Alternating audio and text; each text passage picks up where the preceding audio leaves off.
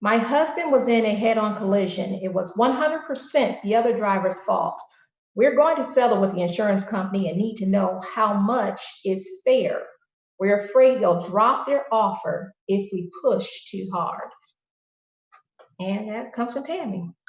You know, again, that goes back to what we were just talking about with bad faith. You know, the insurance company has a duty to pay what's right.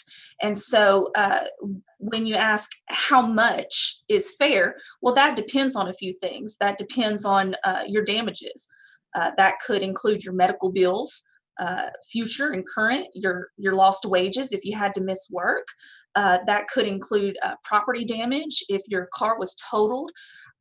So there's a lot of things that are taken into account. Pain and suffering, right? That's not something that you actually have a dollar amount. You kind of calculate it as best you can. The other thing you have to consider in this situation, though, is how much insurance is there? So it happens where you may have a really horrible accident and you may have $100,000 in medical bills, and the other person only has $25,000 in insurance company, which is the requirement in Mississippi.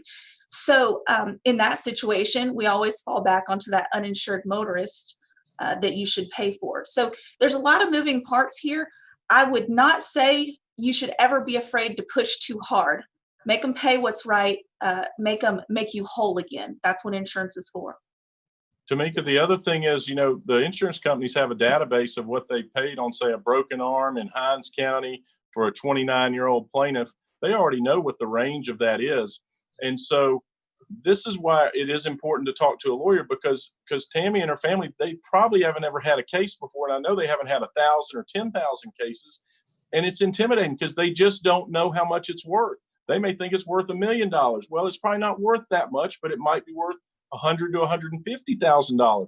That's a big range.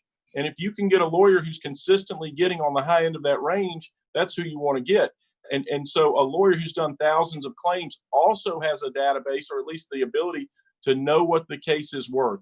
What you don't want to get is somebody who does real estate who gets the first, personal injury case, and they think, oh God, this thing's worth $50,000 when it was really worth $500,000. So that's important that you know that you have a lawyer that knows about what the case is. Okay. All right. It's interesting you compared it to real estate, because I know they have their database of seeing what things are worth and following, property value. So I never thought about attorneys just doing the same thing, having a large database to see what a case may be worth. So good advice there.